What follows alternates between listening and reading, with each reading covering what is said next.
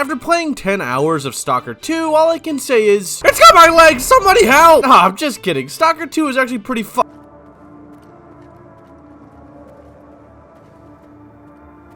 No, I'm serious. This game is really... So when does Vecna show up? Alexa, play Running Up That Hill by Kate Bush. It's actually playing it. Alexa, stop! When I saw this game, I immediately went, wow, an open world Metro game? Sign me up! And while it does have elements of that post-apocalyptic world with basically everything in the game wanting to either eat you or kill you, I was bored out of my fucking mind. Stalker 2 is not a bad game, outside of some pretty notable bugs. I love how that dog is just like glitching out in the cutscene. Like, I bet that's not a clear indicator of what my experience will be. Oh boy, another fetch quest? This is gonna be great.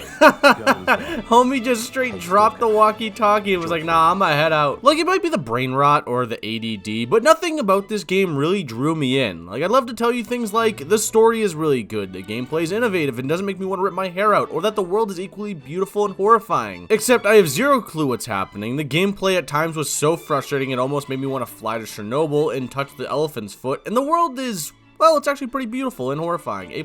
As far as the story goes, this is what I understand. You are some guy who goes to some quarantine zone to discover why his house caught on fire, I think. One of my major issues, and trust me, it's pretty dumb, is all the over-explaining. Like, I felt as though some of the main story points get buried by all the pointless dialogue that happens. For example, I'd be talking to an NPC, and while I just wanted answers about what the hell was going on, they would go into this long, drawn-out thing that made me go, oh, here we go. It's that long plethora of, oh my God. Wait for it. I will. Let me get a chair. Like, it felt as though the entire interaction was just someone telling me their entire backstory. Like, bro, I don't care. We just met. It's why dialogue options exist. It allows me to either just bounce out of this conversation or ask more questions to find out more about those characters. And maybe that's the ADD talking, but I've never had this problem in really any other game that at least I can think of. Like, I didn't really understand the fact the protagonist was in the zone to search for answers because his house burned down until much later. And when they do bring that up, I couldn't help but laugh. Like, you traveled all that way because of that? What, your homeowner insurance company didn't take the claim? From a gameplay standpoint,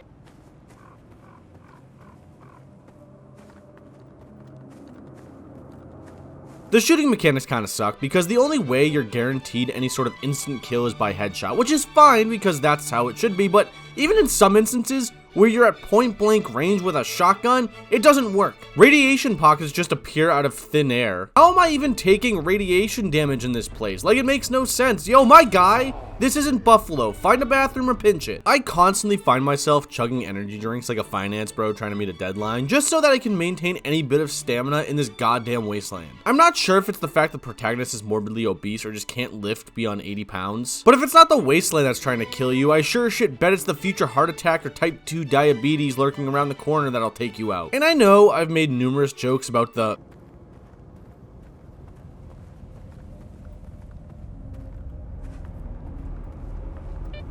but I'm not kidding. As far as I can tell, there is no alternative means to travel outside of running. There's no cars, which makes no sense to me, and there isn't any proper means of fast traveling. According to the internet, you gotta find something called a guide, but I have yet to encounter one. And the health system is also infuriating. Like, you're gonna get into gunfights, you're gonna get attacked by dogs, you're gonna experience everything the wasteland has to offer, yet here I am on fucking easy mode, and I'm basically getting clobbered by the wasteland's finest, and I'm constantly finding myself patching up my wounds. And it doesn't help that I have to monitor this limited backpack space, because on top of the ammo, guns, anti-rads, quest items, and food, I have to make sure I have enough space for health items because you constantly need them. To me, I just find it dumb to have any weight added to your healing items or even ammo, because I'm constantly finding myself in combat situations where I'm like, it's supposed to be a fucking RPG.